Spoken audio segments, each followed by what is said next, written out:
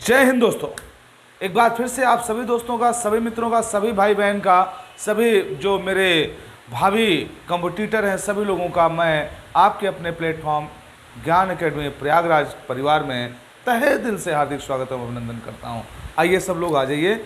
और आज हम हिंदी के इस श्रृंखला को लेके आए हैं जो कि बहुत महत्वपूर्ण है। चाहे वो आपका कोई भी यूपीपी का हो, कोई भी लड़का चाहे वो यूपीपी की तैयारी कर रहा हो, यूपीपी की, चाहे वो यूपीएसआई का हो, चाहे वो एस्टेट का हो, लड़की लड़का कोई सा भी हो सकता है, वो चाहे टेट का हो, टेट का हो, है ना, याद रखना इसको, चाहे वो टेट का हो, अदरवाइज यूपी ट्रिपल एससी से जुड़ा हुआ कोई भी एग्जाम हो, सब में ये बराबर कारगर साबित होगा।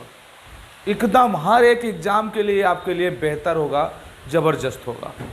ठीक है, समझ में आई बात? अच्छा, अब देखो, अगर इतना बात क्लियर है तो आप लोग बिल्कुल ज़बरदस्त तरीके से इस चीज़ों को आगे देख लीजिएगा।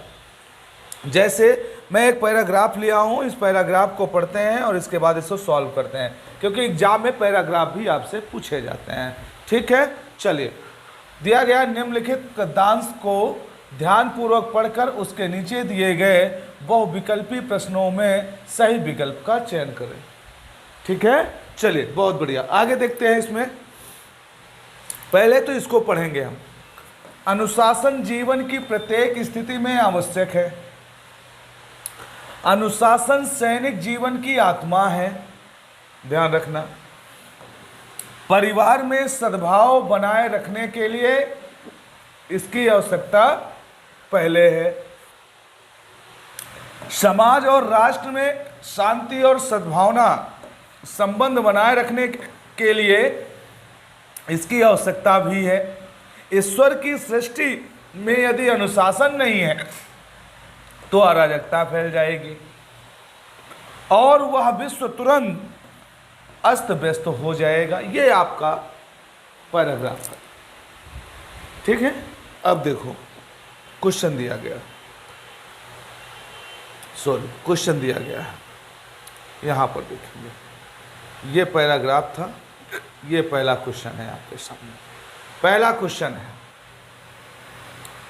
देखिएगा, ये आपके सामने पहला क्वेश्चन दिया गया, ध्यान से देख लीजिएगा इसको। ठीक है, अब इस पहले क्वेश्चन में क्या दिया गया है, ध्यान से पढ़िए इसे। क्या दिया गया है? एक मिनट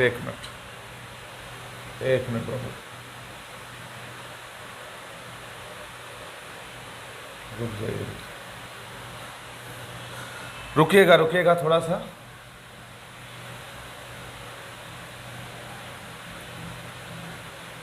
ये पहला क्वेश्चन आपके सामने है, ध्यान से देखिए इसे और समझिएगा। चलिए, यहाँ पर जो ये लिखा गया है इसको मैं हटा देता हूँ। अब क्वेश्चन सॉल्व करते हैं। क्वेश्चन क्या कह रहा है, देखो, कहता है अनुशासन किसकी आत्मा है। अब आप लोग जानते हैं कि अनुशासन सैनिक जीवन की आत्मा है। ये मिल गया है इसमें ऑप्शन, सैनिक जीवन की क्या है, वो अनुशासन आत्मा है। पैराग्राफ पढ़ना बहुत जरूरी है। जब तक आप पैराग्राफ को पढ़ेंगे नहीं तब तक आप उसको सॉल्व नहीं कर पाएंगे। एक बार पैराग्राफ पढ़ लीजिए, क्वेश्चन पर सीधा अटैक करेगा कहाँ पर हमने पढ़ा था। आगे देखिएगा, क्वेश्चन नंबर 2। क्वेश्चन नंबर 2 पे चलते हैं। ये क्या दिया है यहाँ पर क्वेश्चन नंबर 2 में, ध्यान से देखेंगे। दिया है विश्व के अस्त व्यस्त होने का कारण क्या है। अनुशासन होना, क्या ये लगता है आपको? आपने पढ़ा कहीं पे? नहीं। अनुशासन ना होना, अराजकता फैलना, सद्भाव ना रहना। तो देखिएगा यहाँ पर, गौर करना। यहाँ पर ये देखो दिया है क्या, कि अगर दिया है कि दिया है परिवार में सद्भाव बनाए रखने के लिए ये होता है, और यहाँ पर फाइनली इसकी आवश्यकता होती है। ठीक है, अब देखो यहाँ पर आगे देखो, संबंध बनाए रखने के लिए इसकी आवश्यकता भी होती है। ईश्वर की सृष्टि में अनुशासन नहीं है जो ईश्वर ने दुनिया को बनाया तो अराजकता फैल जाएगी और यह विश्व तुरंत अस्त व्यस्त हो जाएगा। तो इसका मूल कारण क्या है? अनुशासन नहीं होना। तो इसमें क्या हो जाएगा बाबू? सेकंड का जो आपका आंसर हो जाएगा वो क्या हो जाएगा? देखो, सेकंड का जो आपका आंसर हो जाएगा इसमें वो हो जाएगा अनुशासन ना होना। सेकंड का जो आंसर हो जाएगा वो क्या हो जाएगा? अनुशासन ना होना। ठीक है, अब देखिएगा क्वेश्चन नंबर 3, अनुशासन क्यों आवश्यक है?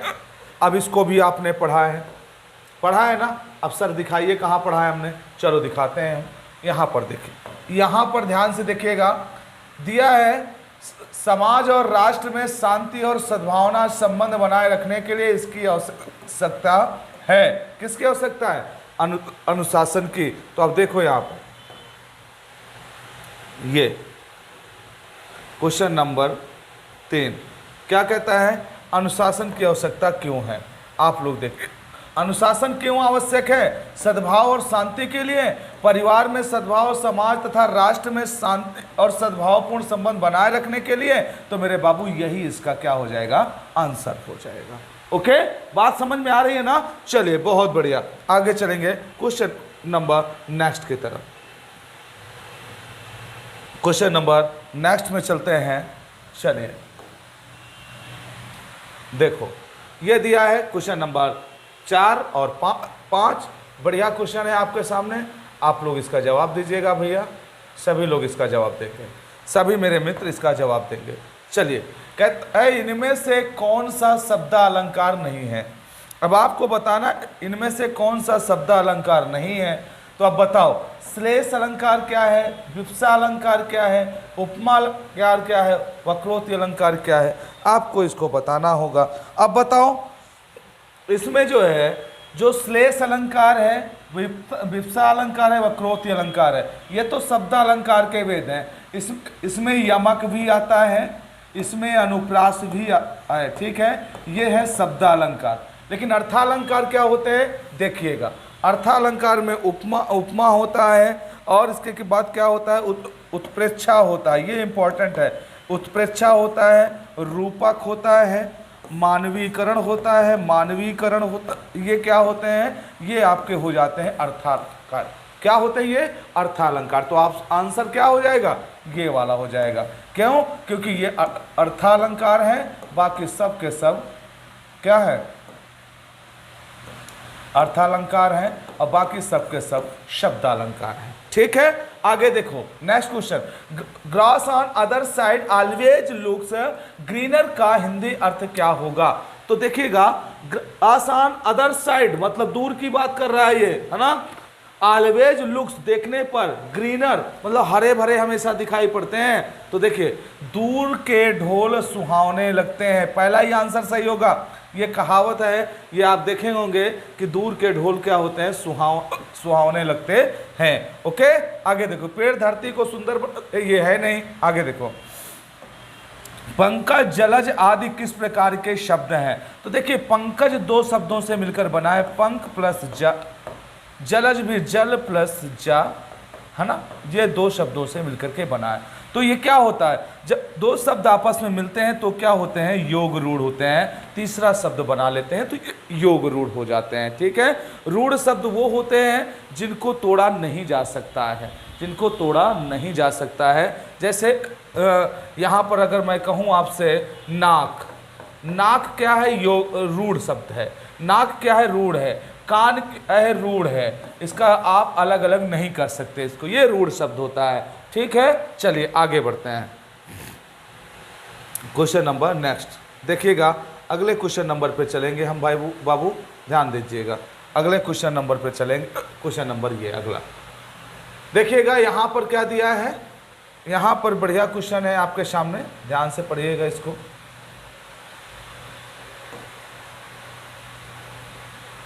सभी लोग ध्यान से अच्छे से पढ़ें। चलिए बताइएगा, क्वेश्चन क्या कहता है? क्वेश्चन कहता है, देवनागरी लिपि का सर्वप्रथम प्रयोग कहाँ हुआ था? पाणिनि के अष्टाध्यायी में, अपभ्रंश साहित्य में, अमीर खुसरो की पुस्तकों में, या जयभट्ट के शिलालेख में? तो मेरे दोस्त याद रखना, देवनागरी लिपि का जो सर्वप्रथम प्रयोग है वो जयभट्ट के शिलालेख में हुआ था। और देखिए ये बहुत इंपॉर्टेंट क्वेश्चन है, इसको ध्यान से अच्छे से, मोस्ट इंपॉर्टेंट क्वेश्चन है, इसको लिख लीजिएगा। मोस्ट इंपॉर्टेंट क्वेश्चन है, देवनागरी लिपि का सर्वप्रथम प्रयोग कहाँ हुआ? जयभट्ट के शिलालेख में। ठीक है, आगे देखिएगा, सभी महाप्राण वर्णों वाला वर्ग कौन सा है? देखिए महाप्राण और अल्प प्राण दो प्रकार के होते हैं, महाप्राण और अल्प प्राण। अल्प प्राण, ध्यान देना इसको। तो महाप्राण वह होते हैं, महाप्राण वह होते हैं जिनमें आवाज ज्यादा निकलती हो, अल्प प्राण वह होते हैं जिनमें आवाज कम निकलती हो, सॉरी आवाज भी और हवा वायु भी कम निकलती हो। प्राण वायु कम निकलती हो अल्प प्राण, प्राण वायु ज्यादा निकलती हो महाप्राण होते हैं। तो देखिएगा वर्ग का दूसरा और चौथा, ध्यान दीजिएगा, वर्ग का दूसरा और चौथा जो शब्द होते हैं वो महाप्राण होते हैं, और पहला, तीसरा और पांचवा जो होते हैं वो अल्प प्राण होते हैं। जैसे क, ग, अंग, खा, घा, है ना, च, छा में महाप्राण, झा, झा क्या है? महाप्राण, है ना। इस तरह से आप देखेंगे तो जैसे जो भी वर्ग होगा, जैसे का वर्ग है तो का वर्ग का दूसरा और चौथा, खा वर्ग, चा वर्ग है तो चा वर्ग का दूसरा और चौथा ये महाप्राण। इसी तरह से पा वर्ग तक ये क्या होते हैं? महाप्राण होते हैं। और जो तीन बचते हैं, पहला, तीसरा और पांचवा, वो अल्प प्राण होते हैं। ओके, तो इसमें कौन सा? खा, छा, ठा, ये क्या हो जाएगा? महाप्राण हो जाएंगे। ओके, चलिए आगे देखते हैं। स्पर्श व्यंजन कंठ ध्वनि अघोष और महाप्राण ध्वनि है। अब देखो यहां पर घोष और अघोष, घोष और अघोष, इसको भी आपको जानना चाहिए।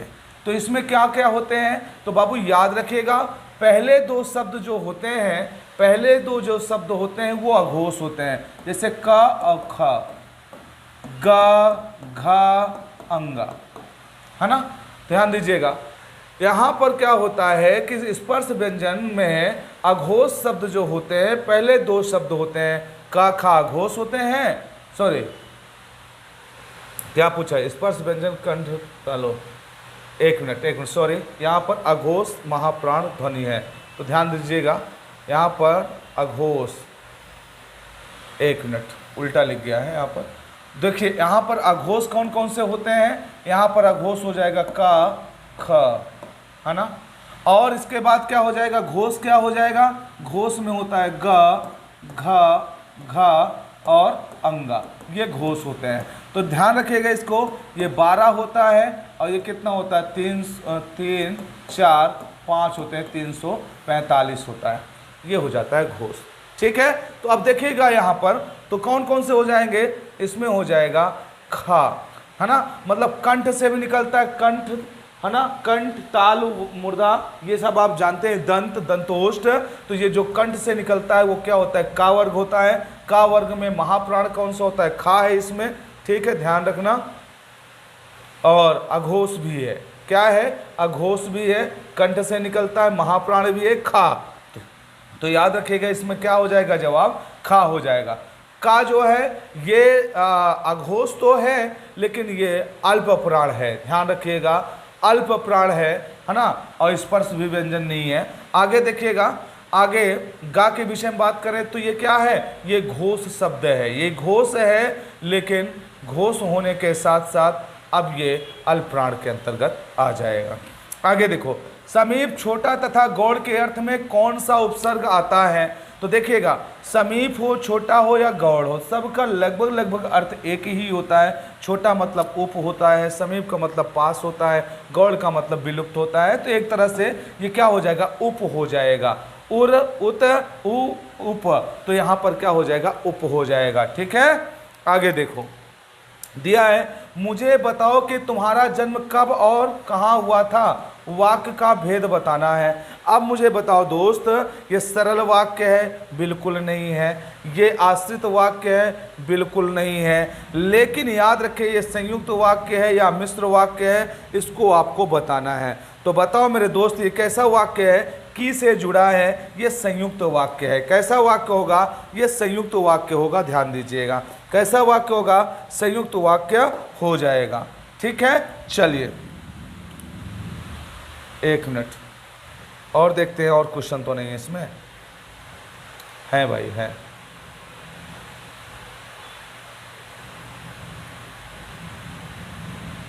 चलिए 1 मिनट, इसको हटा देते हैं हम। जो ये लिखा है आप लोग इसको समझ लीजिएगा, ठीक है।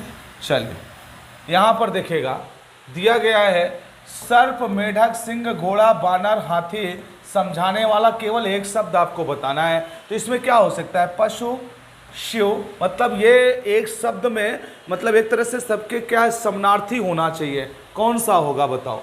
पशु होगा, शिव होगा, हरि होगा, कपीस होगा। तो बाबू याद रखना, जो हरि होता है सांप को भी कहते हैं, मेढक को भी, सिंह को, घोड़ा को, बानर, हाथी, सबको कहते हैं क्या? हरि। ठीक है, याद रखें, इसका आंसर हो जाएगा हरि।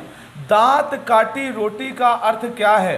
दांत काटी रोटी का अर्थ क्या होता है? मतलब कि जैसे बिल्कुल पास हो ऐसा। और पास कौन होगा? देखो, गहरी दुश्मनी, ये तो दूर रहेंगे। पीछे पड़ना, मतलब कोई आगे जा रहा है आपसे नहीं बोल रहा तो ये पीछे हो गया। प्रतिवादी आपका ये भी विरोधी होगा। गहरी दोस्ती, ये आपका आंसर होगा क्या? गहरी दोस्ती का मतलब होता है दांत काटे की रोटी।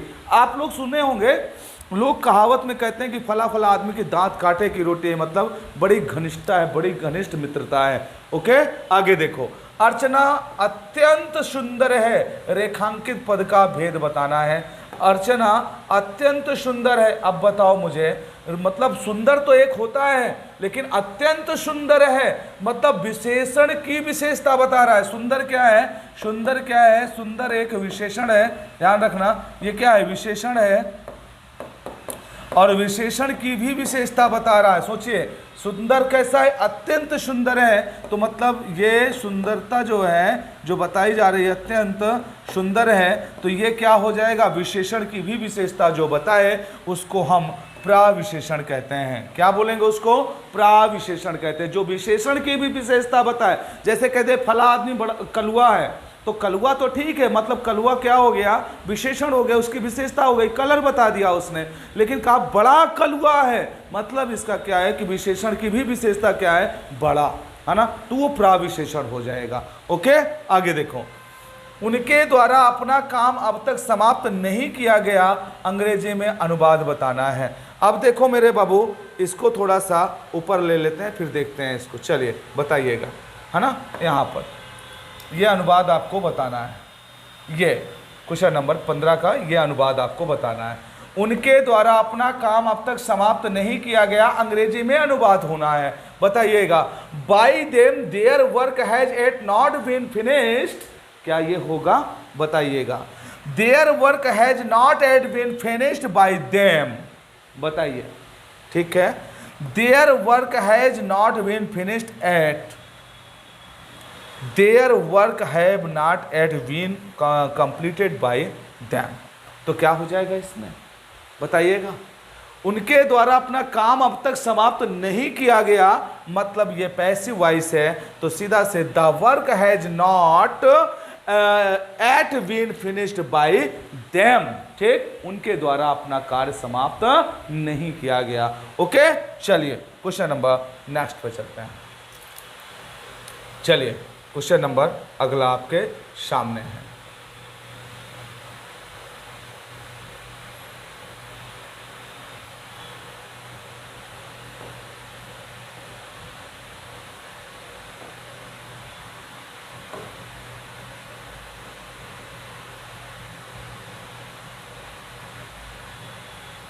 चलिएगा, पढ़ें क्वेश्चन। क्वेश्चन को पढ़ें, जवाब दे भाई। दिया है निम्नलिखित में से तत्सम शब्द कौन सा है? अब तत्सम क्या होता है, संस्कृत निष्ठ जो शब्द होते हैं वो तत्सम होते हैं, सीधी सी बात है। जो संस्कृत से उत्पन्न होता है या संस्कृत निष्ठ होता है वो तत्सम होता है। और बाकी जो कि हमारी बोली भाषा में जो उपयुक्त होते हैं वो सब क्या होते हैं, तद्भव ज़्यादा शब्द होते हैं, ठीक है। क्योंकि अपने बोली भाषा में हमारे द्वारा जो उपयोग किया जाता है वो तद्भव किया जाता है। क्या किया जाता है, तद्भव किया जाता है। अब देखो यहाँ पर दिया है शिखा, चंदा, बात, रात। तो बताओ रात को हम रात बोलते हैं, लेकिन तत्सम अगर देखेंगे तो रात्रि बोला जाएगा। बात की मतलब जो होगा वो वक्तव्य होगा। चंदा क्या होता है, चंद्र होता है। शिखा जो दिया गया है, शिखा क्या होता है, ये ऊंचाई को कहते हैं या सिर के शिखा को कहते हैं। तो ये क्या हो जाएगा, तत्सम वर्ड हो जाएगा।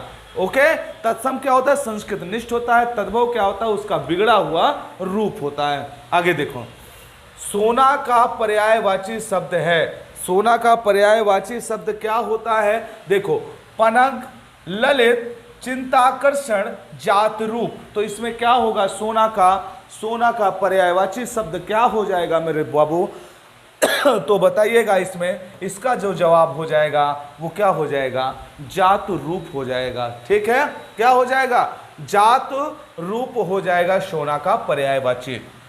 आगे देखो, निम्न विकल्पों में से एक सही विकल्प छांटना है। अब इसमें देखिए कुछ त्रुटियां दी गई हैं, और वो भी त्रुटियां कैसी हैं, वो मात्रात्मक त्रुटि हैं, और कह सकते हैं जैसे वाक्य संशोधन करने के लिए आता है, त्रुटियों को संशोधित करने के लिए आता है, वही चीज यहाँ पर दिया गया है। क्या, जीवन क्षण भंगुर है, व्यर्थ नष्ट ना करें। देखिए जीवन क्षण भंगुर है, व्यर्थ नष्ट ना करें, और यहाँ पर पूरा मेरे हिसाब से सही लग रहा है, लेकिन आगे देख लेते हैं। जीवन क्षण भंगुर है, व्यर्थ नष्ट नहीं करें। अब देखो यहाँ जीवन को गलत लिखा गया है, ठीक है। जीवन क्षण भंगुर है, व्यर्थ नष्ट ना करें, इसमें भंगुर लिखा गया है। जीवन क्षण भंगुर है, देखिए इसमें छाता वाला छा बनाया गया है, बल्कि छतरी छा होगा, व्यर्थ नष्ट ना करें। तो तीनों ये क्या हो गए, गलत हो गए। इसमें पहला आंसर सही होगा, जीवन क्षण भंगुर है, व्यर्थ नष्ट ना करें। ओके, आगे देखो, अनिश्चय वाचक सर्वनाम का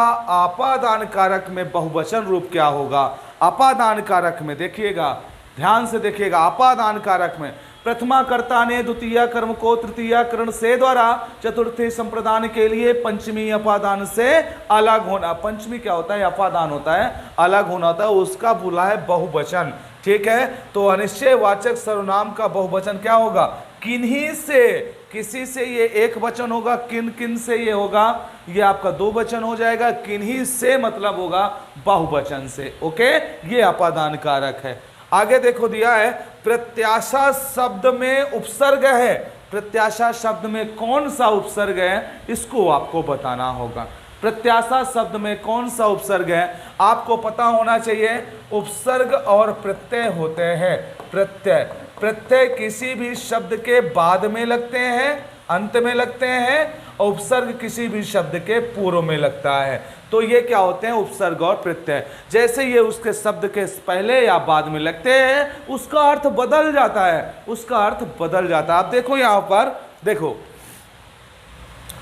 प्रत्याशा शब्द में उपसर्ग कौन है, तो इसमें क्या हो जाएगा, प्रति धन आशा, है ना। ये दो शब्द बनेगा, तो अगर इसको हम जोड़ेंगे तो प्रत्याशा हो जाएगा। मतलब क्या है सीधा से कि प्रति अगर उपसर्ग जोड़ दिया जाए आशा में तो ये हो जाएगा प्रत्याशा। तो यहाँ पर प्रति उपसर्ग जुड़ जाएगा तो ये बन जाएगा प्रत्याशा। ओके, ध्यान रखना, उपसर्ग पहले प्रत्यय बाद में, उपसर्ग पहले प्रत्यय बाद में। ध्यान रखना, ऊ पहले आता है, पा बाद में आता है, ऐसे भी याद कर सकते हैं। ऊ पहले आता है, आ छोटा बड़ा छोटी बड़ी छोटा ऊ, और फिर लास्ट में जा करके पा पा फा बा भा। तो पा बाद में आता है तो वो बाद में लगता है, और ऊ पहले आता है तो पहले लगता है। ठीक है, चलिए, ये किसी भी शब्द में लग करके उसके अर्थ को चेंज कर देता है।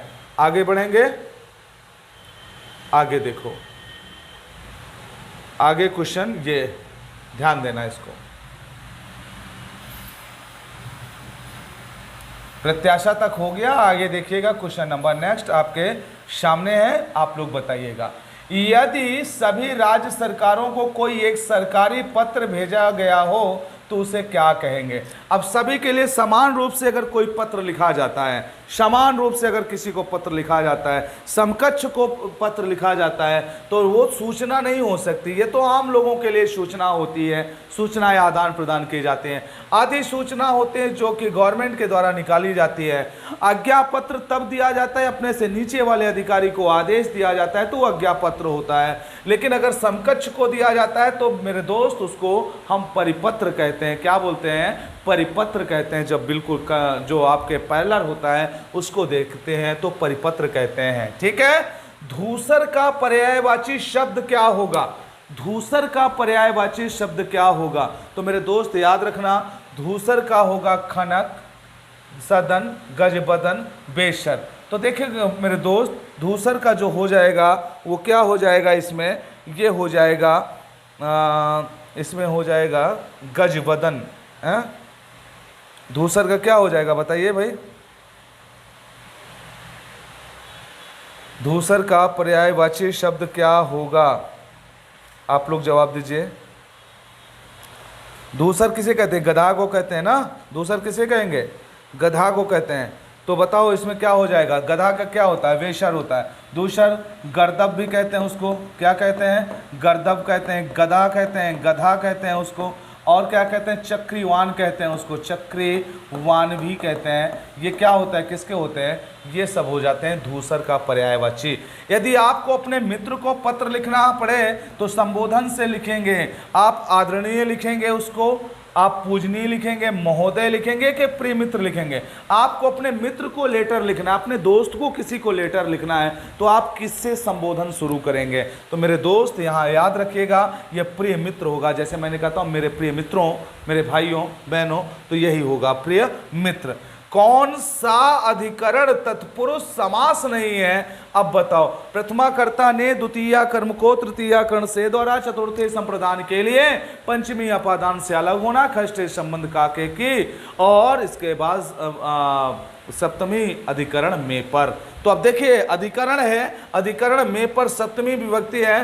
पुरुषों में उत्तम जी, ये तो अधिकरण है। देश देशाटन मतलब देश में भ्रमण, कुल श्रेष्ठ कुल में श्रेष्ठ, धर्म भ्रष्ट धर्म में भ्रष्ट नहीं, धर्म पर भ्रष्ट नहीं होगा। मतलब इसका क्या हो जाएगा? ये डी नंबर हो जाएगा। धर्म भ्रष्ट जो है ये आपका अधिकरण तत्पुरुष नहीं है। इसमें आपका क्या है? ये अधिकरण तत्पुरुष तीनों है। आगे देखेंगे क्वेश्चन नंबर नेक्स्ट को देखेंगे। यहाँ पर देखिएगा अगला क्वेश्चन आपके लिए है, इसको ध्यान से देख लीजिएगा। आप लोग इसको ध्यान से देखिएगा और मुझे जवाब दीजिएगा। दिया गया है कि पंजाब में हिंदी का प्रचार किसने किया था? हिंदी का प्रचार पंजाब के अंदर किसके द्वारा किया गया था? इसका जवाब दीजिएगा आप लोग। बताइए। सदल मिश्र के द्वारा, सिद्धाराम फुलोरी के द्वारा, लल्लू लाल के द्वारा, राजा राम मोहन राय के द्वारा। तो मेरे दोस्तों याद रखिएगा मेरे प्रिय मित्रों कि ये सिद्धाराम फुलोरी के द्वारा पंजाब में हिंदी का प्रचार प्रसार किया गया था। ठीक है। क्वेश्चन नंबर अगला है, अत्युक्तिक शब्द में संधि है। तो देखिए संधि, संधि तीन प्रकार की होती है। स्वर संधि होती है ना, स्वर संधि होती है, व्यंजन संधि होती है और विसर्ग संधि होती है। तीन प्रकार की संधि होती है। स्वर संधि के भी कई भेद होते हैं, जिसमें आप कहते हैं दीर्घ संधि, फिर इसके बाद कहते हैं गुण संधि, फिर आप कहते हैं वृद्धि संधि, फिर आप लोग बोलते हैं यण संधि, फिर आप लोग बोलते हैं क्या, फिर आगे क्या बोलते हैं, फिर आप लोग बोलते हैं इसके बाद अयादि संधि। ये क्या होते हैं? ये होते हैं स्वर संधि के भेद। तो अत्युक्ति मतलब आधा ता के साथ या व है ना, मतलब आधे शब्द के साथ या व लगा हो तो ये मेरे दोस्त क्या हो जाता है?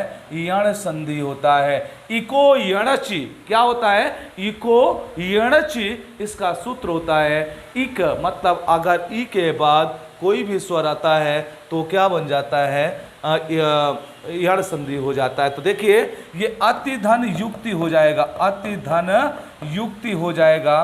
तो इसीलिए क्या बोलेंगे? अत्युक्ति बोलेंगे, अति धन युक्ति हो जाएगा। अगर इसके किसी भी स्वर के बाद कोई भी व्यंजन आ जाता है तो वो क्या बन जाता है, यण संधि बन जाता है। ठीक है, अतियुक्ति हो जाएगा।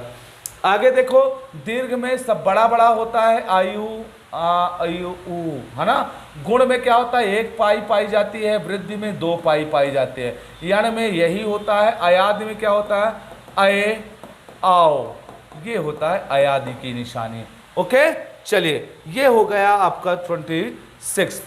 आगे देखो 27 में आ जाओ। यहां पर क्या बोला है, इसको ध्यान से देखो।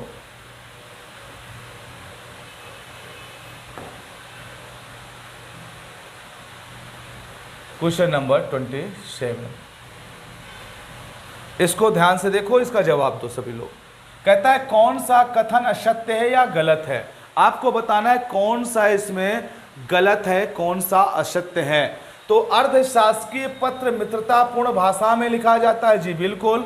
अर्धशासकीय जो भी पत्र होते हैं वो मित्रतापूर्ण रूप से ही लिखे जाते हैं, क्योंकि आमने सामने वाले को उसका जवाब देना होता है, सामने वाले से प्रश्न पूछते हैं, और दोनों समकक्ष ही अधिकारी लगभग होते हैं। ठीक है, संबोधन के लिए प्रिय लिखा जाता है, जी हाँ, अगर समकक्ष है तो उसके लिए संबोधन के लिए प्रिय लिखा जाता है।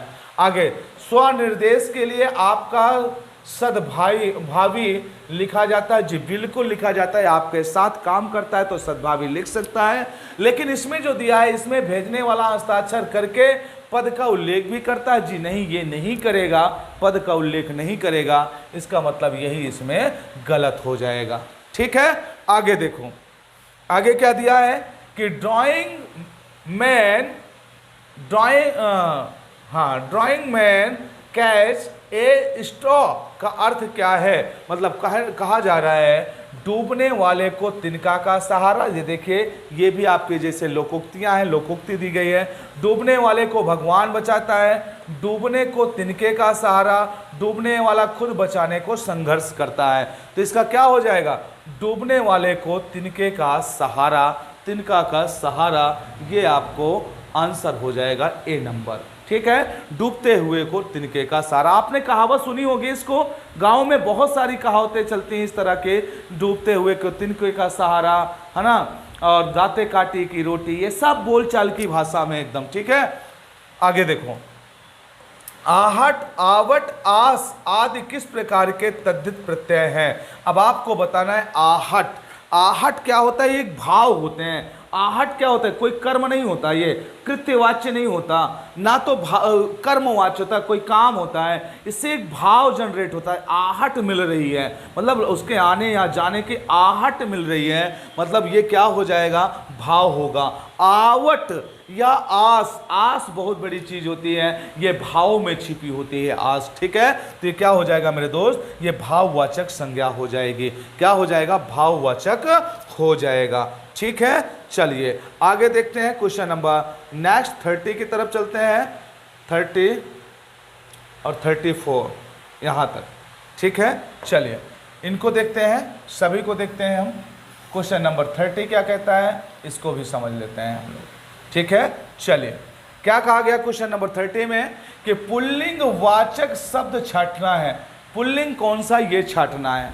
अब पुल्लिंग वाचक शब्द समझ रहे हैं ना, कि उसको हम वाक्य प्रयोग करते हैं। जब वाक्य प्रयोग करते हैं तो वाक्य प्रयोग में हमें पता चलता है कि कौन पुल्लिंग है, कौन स्त्रीलिंग है। जैसे हम बात करते हैं कि भाई कैमरा लाओ, नहीं कैमरा लाई, या कैमरा से फोटो खींची, कैमरा मतलब तो ये नहीं होता है, कैमरा से फोटो खींचो या कैमरा से फोटो खिंचवा लो, तो ये इस तरह से होगा। आगे, पायल बजता है कि पायल बजती है, तो पायल बजती है, जब पायल बजती है तो यह स्त्रीलिंग है। ठीक है, आगे, प्लेट, प्लेट खड़खड़ा रहा है कि प्लेट खड़खड़ा रही है, या खड़खड़ाहट आ रही है प्लेट की। ठीक है, तलवार, तलवार निकाला कि तलवार निकाली, बताइए।